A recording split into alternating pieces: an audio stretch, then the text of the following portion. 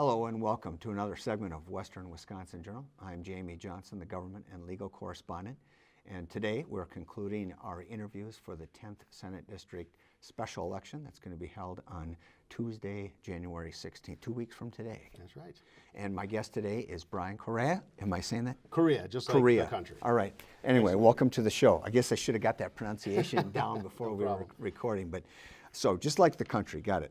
So Brian, before we get into where you stand on the issues and why you're running and so forth, let's tell the viewers a little bit about yourself. Well, I was born in Canton, Ohio. I moved to Wisconsin in 1991. I moved to Mondovi, went to Mondovi High School, graduated from Mondovi in 1994, and 2 weeks later, I was off in boot camp. Served in the United States Navy for 9 years, saw a lot of the world.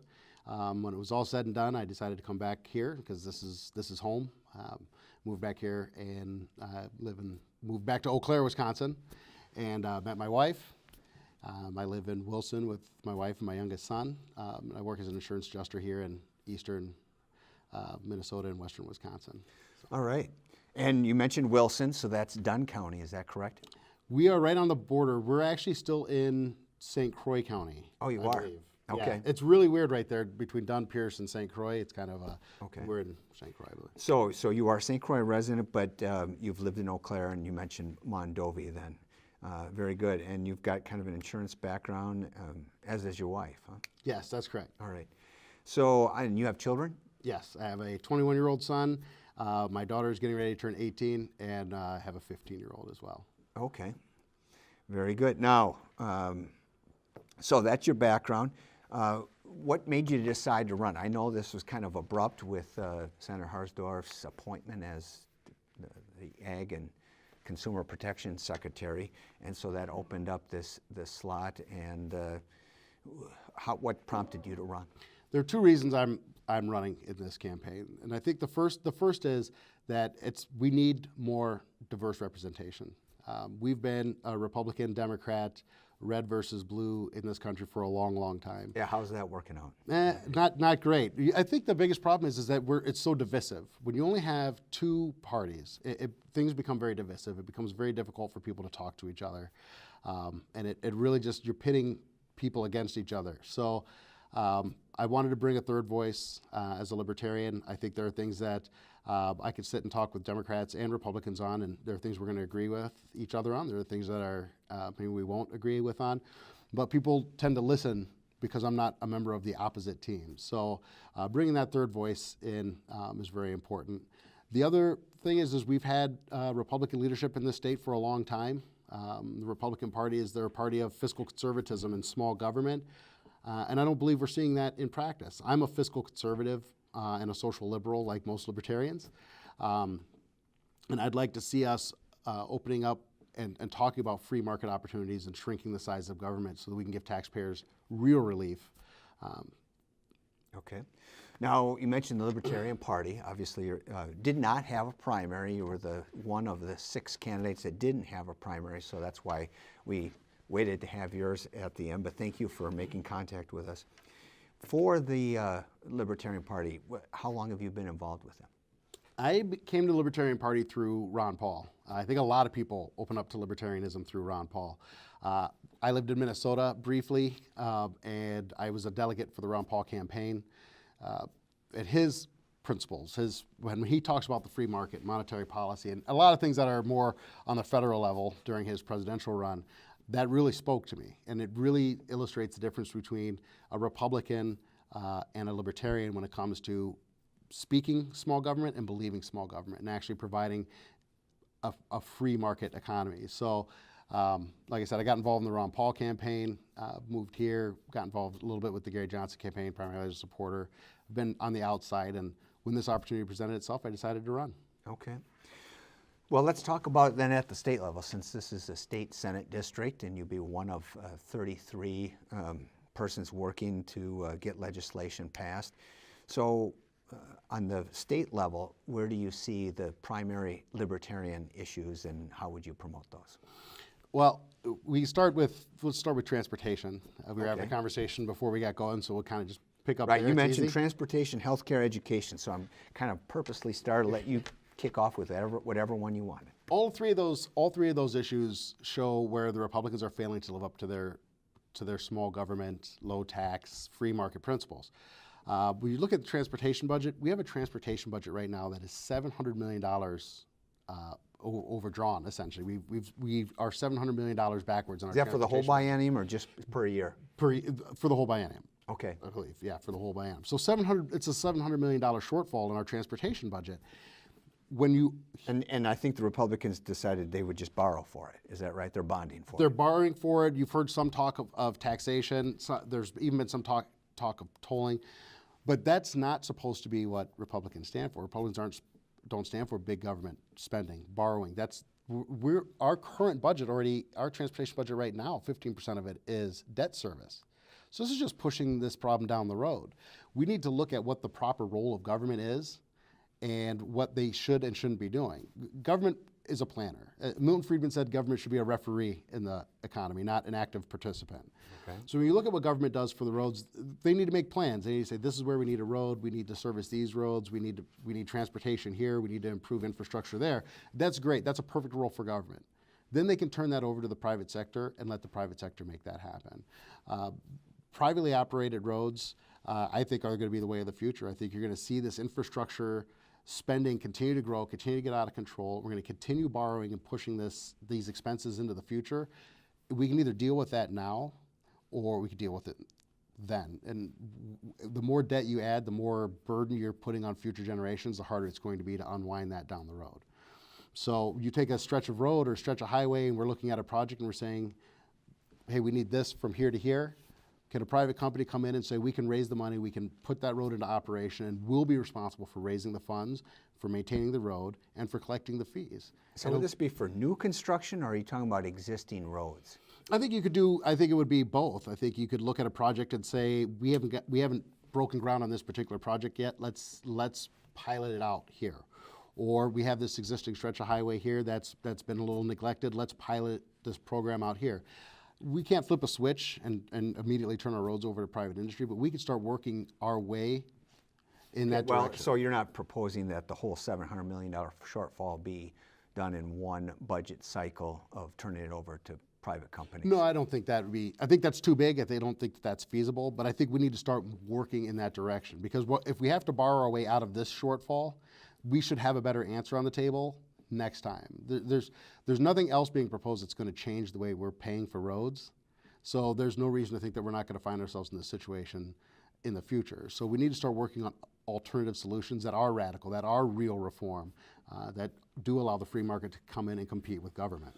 So with privatizing roads, what about those people that don't have, the monetary resources to travel, so they just would have to sit still and stay put? Or? Well, you got to look at it. You got to remember that if we're privatizing roads and we're wiping out the transportation budget, then we're going to be eliminating that fuel tax. We're going to be eliminating those registration fees. There's going to be costs that the taxpayers are paying today, that those people are paying today, that they wouldn't be paying to private industry. And when you look at being able to cost effectively deliver services, I don't think there's any argument that when you interact with the private sector, you're getting much more cost effective delivery of the things you need than when you interact with government. But doesn't the government already hire private companies to build the roads? That's the exact point. This isn't a dramatic change in the way things are done. It may sound radical to some people out there to privatize the roads. Right now, what government is serving as is essentially a very, very ineffective and expensive middleman in terms of we're going to collect the money, we're going to hold it, we're going to auction off the bidding, and then we're going to parcel out the money. And you have to look at, why does government want to control that portion of the operation when the private sector is so much more well-equipped to do it? Okay. So that's transportation, privatizing the roads. So you would not propose any further increases in the gas tax? No, absolutely not. As a matter of fact, if we could move that direction, eventually I'd like to see the complete elimination of the gas tax. And that would save how much per gallon on the state level? Right now, it's 30 cents per gallon is our gas tax, I believe. I could Okay. be wrong. I think it's right in that 30 cents. Yeah, and I'm not positive myself. I just know that the state tax and the federal tax are, the state is, I think, a little more than the federal. But Right. We've got quite a bit of roads, and we've got federal roads and state roads and town roads and county roads, and you're saying that we should be privatizing all of them or just the state? Well, sure. roads? Let's look at it like this. Let's say, and there have been studies done when it comes to tolling. Okay, you look at Illinois. Illinois tolls. Okay, as a way to partially pay for their highways. It'd be a similar circumstance, but it would be a complete. That's how we would pay for roads. So let's say a company comes in and they say, all right, this is the amount of traffic we have here. This is the expected revenue from this project. Okay, and as a reward for being able to run this project, we're also going to be responsible for maintaining surface roads, side roads, rural roads within a X by X mile area. Just as one example of how you could set that up, making sure that your side roads are still being serviced. And again, government would still play a role when it came to planning, when it came to inspecting, maintaining, making sure that things that need to be done are being done. It's really eliminating their role as a cash repository. Okay. Eliminating the collection and putting the burden of raising the money for those roads on private industry and making sure that they can deliver that in a profitable and effective manner. So one of the byproducts of this may be elimination of unnecessary roads or roads that are not well used? Well, I mean, again, on a case-by-case basis, I live on a gravel road in Wilson, Wisconsin. I think there are 5 people on my road. Now, I certainly wouldn't want to see my road eliminated, but kind of small. When you look at a big corporation or a big contractor controlling a large area, you're going to look at a company like Sen Blacktop, for example, and say, hey, maybe we'll subcontract out maintenance on some of these smaller side roads to some of the local contractors who will take care of that. I mean, that's kind of how I would see that breaking down. I don't think you're going to have one big conglomerate controlling all the roads. You're going to have somebody who bids out a project, and then they're probably going to subcontract out a lot of that side road and rural roads out to local contractors. Okay. So how about, which way do you want to go next, healthcare or education? Well, let's talk about healthcare a little bit. Okay. Healthcare is a big topic right now with the revocation on the federal level of the individual mandate. Right. This is a golden opportunity at the state level. We talk about not being able to, during the Obamacare debates, I don't like to call it Obamacare, the Affordable Care Act debates, there's a lot of talk about being able to buy health insurance across state lines. The restriction of that is actually, it's not a federal restriction, that's a state restriction. Each state has their own rules, their own regulations that make it difficult for alternative insurance companies to sell into their state. So if you live in Wisconsin, we have our own sets of rules, regulations, and mandates that make it difficult for a company out west to say sell insurance into the state of Wisconsin. With the individual mandate gone, this is a great opportunity for us to say, let's let the free market function here. Let's allow people to buy health insurance that they see fit for themselves. So Wisconsin could decide to do this on its own? Without the individual, now that the individual mandate is gone, yeah, there wouldn't be any restriction for. The federal government doesn't have to get their hands involved in this. And so you're proposing Wisconsin just decide that allow anyone to do business in Wisconsin, even if Minnesota doesn't let Wisconsin companies do it in Minnesota and so forth. Correct. No reciprocity. Correct. If there, well, we'd be happy to have reciprocity, but I want our market here for healthcare in the state of Wisconsin to be as free as possible. I want buyers to have as many options as possible, and I want them to have as few mandates as necessary. I don't want to buy a healthcare plan. I'd rather pay for my preventive care and my checkups and stuff like that. Maybe I want to pay for those out of my pocket instead of paying a large monthly premium to a health insurance company. Maybe I'd rather pay a small monthly premium and take care of my preventive care on my own. Maybe I don't want chiropractic care as part of my healthcare policy. Maybe I don't need mental health services as part of my healthcare policy. More of an a la carte system. Exactly. This can do two things. First, it's going to drive down the cost of health insurance. People are going to be able to buy. People don't go bankrupt because they can't afford preventive care. People go bankrupt because they don't have insurance when something serious happens, when a serious illness strikes. So how do you account for that then? Saying a person who is earning, $11, $12 an hour, so they're making less than $25,000 a year. How do they get insurance? Well, I'm not talking about the elimination of any programs. I'm talking about the elimination of restrictions. So how do they get insurance now? Okay. Some of them are paying for it through their employer. Some of them may be on Badger Care. That's not a program I would say let's get rid of that. I think that a free market makes it less necessary. I think that Badger Care will naturally shrink as health insurance costs come down. So I'm a healthy 25-year-old, I wish, but I'm a healthy 25-year-old and I don't need to pay. I think it's a waste for me to spend $300 a month or whatever the case may be on health insurance. I'd rather buy an a la carte plan that says, If something serious happens, anything over $5,000 or $10,000, then my health insurance kicks in. Everything else I'll pay for by myself. That's going to be a very inexpensive health insurance policy. But what's inexpensive? I mean, that somebody that's making $12 an hour, where do they get the money to even make $100 a month? Sure. Right, and like I said, how are they buying their health insurance today? Well, they're not. That's the whole thing. That's the point, right? Yeah. So that's why I'm saying I'm not looking for the elimination of government backstops. Okay, I'm not saying we're going to do this and we're going to eliminate Badger Care. Well, one of the debates down in Madison is the level at which people qualify for Badger Care, as an example, because whether it's 200% of poverty level, 250%, what would you propose for participation? Since you're not in favor of elimination of that program, what do you feel is a fair level at which point people make too much money, they're just on their own and they don't participate, or would you have some kind of sliding scale? How would you do that? I really think the first thing you have to do is start eliminating the rules, the regulations, and the restrictions, right? And you have to watch how the market adapts to that. And then we can start making changes, right? So if we're going to say we're going to change the level at which a person qualifies for Badger Care, okay? So let's say right now it's 200% of the poverty level, right, as the poverty line.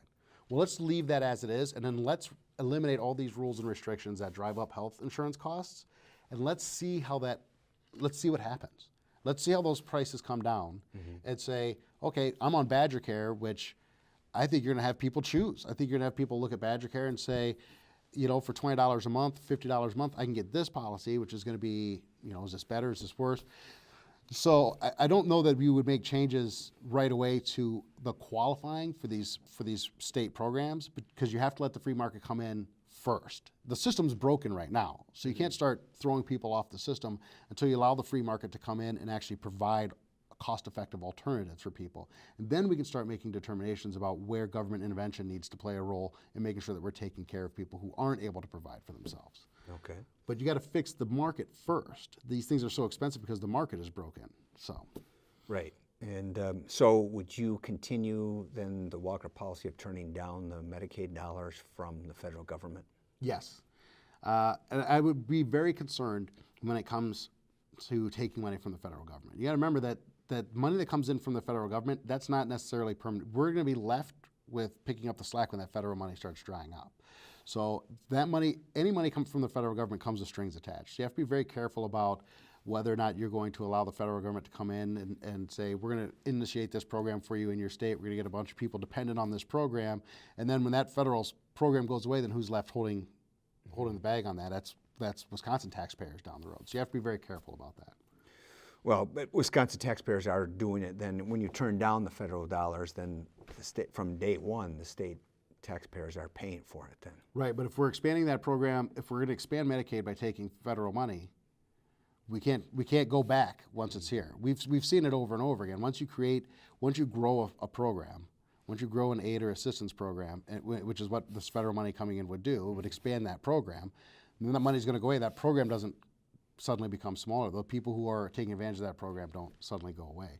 A free market solution to healthcare is going to be a lot better than taking federal money today to expand a program that we may not be able to fund in the future. All right. Well, we're getting shorter on time here. We haven't gotten to education yet.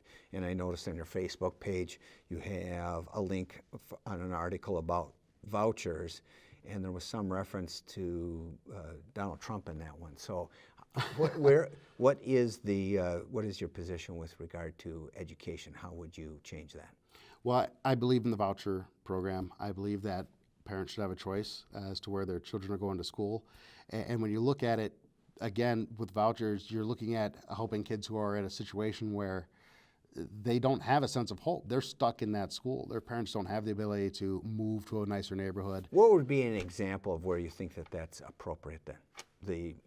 In what kind of schools? The ones that are like failing, or well, I think it should be a statewide program. Okay, so if I live in Spring Valley. My son is doing very well in Spring Valley High. I would leave him in there, but I should have that option. I should be a voucher. Everybody should get the voucher and then be able to make a decision as to where they want to send their kids to school. So how about the people who don't have kids? They shouldn't contribute to the cost of education. It should just be people who have kids in school? No, everybody should contribute to education.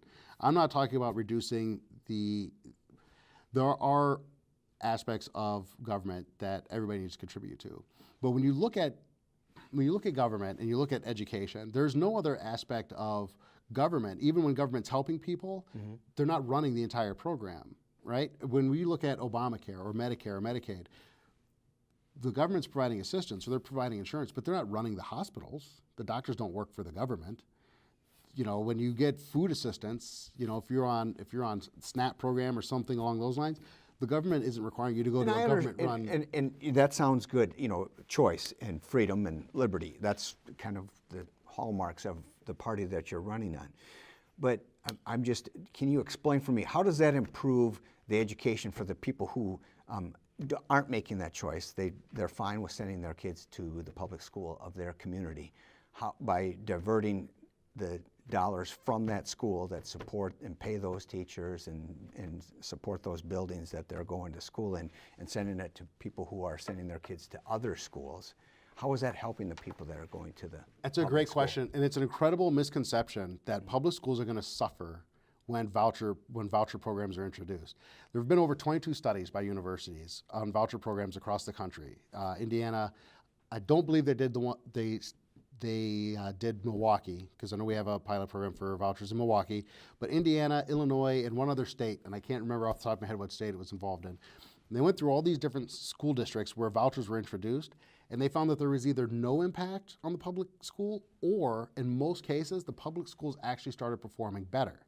And the reason for that is what happens when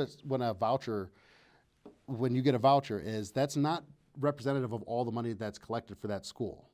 So about 80%, most vouchers run on about an 80% rule. So let's say your local public school gets $10,000 per student, okay? And we go to a vouchered system. You would end up getting $8,000 as a voucher. The other $2,000 actually remains behind in that public school. So what you end up seeing over a period of time is the schools actually end up with more money per capita after a voucher program is initiated. And it gives you everything that you say that we've always said we wanted from public schools. Smaller classroom sizes, more money per student, all those things happen in vouchered programs. So study after study has shown that not only does it not have a detrimental impact on public education, it actually improves the public school system because it's allowing public schools to share that burden with the private sector. When you say improve, are you talking about the results or just the fact that they're spending less money? Actual results, actual test results in terms of reading, math, and overall literacy rates improve in the majority of districts, in the public schools, in the majority of districts with vouchers. There's an article on my Facebook page that breaks that study down pretty specifically. Okay. Is there any other issues? We still have a couple minutes yet to hit on, or, you know, you're mentioning specifically the K through 12, I presume. Correct. So how about the higher education system in Wisconsin? Are you fine with the trajectory that's been on for the last 9-10 years of frozen salaries and frozen tuition? No, that's the government interfering in the marketplace, and that's not the government's role. The problem with higher education is that market is being incredibly distorted on a federal level. When you have the federal government underwriting we have over $1 trillion worth of student loan debt out there. This is unsecured debt given to relatively unqualified borrowers. Okay. That's underwritten by the federal government. So we should eliminate the student loan programs that the federal government... The federal government shouldn't be underwriting debt. And we shouldn't be encouraging our 18-year-old kids who don't understand how this is going to impact their lives in the future. Well, but that's a different issue. You can educate the people on how to get better. And I agree 100%. If you got the federal government out of this loan program, kids would find alternatives. Okay, my wife is an immigrant, okay? Immigrants who come here legally they can't get federal student aid. There is no federal loan programs for them, okay? Okay. So when that wasn't available, my wife was still able to work her way through college. Her sister, who came here and also got her degree from the University of Minnesota, she lived at home, and for the first 2 years, she went to a technical college instead of going right into the University of Minnesota, and it saved her $30,000. So you shouldn't, then you just don't go to school unless you can afford it or I'm work saying your that way that through distortion in the market, okay, that distortion, that easy money, we've seen the results of what happened with easy credit, okay, and distorting the market by flooding it with a bunch of easy credit is encouraging bad decision making. Why not go to a technical school for 2 years? Why not live with your parents for that first year of college instead of, I don't know how many kids that I've seen, I know their parents would allow them to stay home while they went to school, but they choose to go move into the dorms instead. Yeah. Well, I wish we could continue. We've run out of time because that is a whole nother 5-10 minutes we could do. But I want to thank you. It's Brian Corriea running for the state Senate in this 10th district, which includes Eau Claire, not Eau Claire, includes From Menominee over to Hudson and okay. up north and down to River Falls, Yes. essentially. So River Falls, the southern port, and up to Burnett County Yep. line. All right. Very good. So again, thank you for joining us, and Thanks good so much luck for in the having me. election in 2 weeks. I appreciate it. All right. And thank you for joining us in another segment of Western Wisconsin Journal.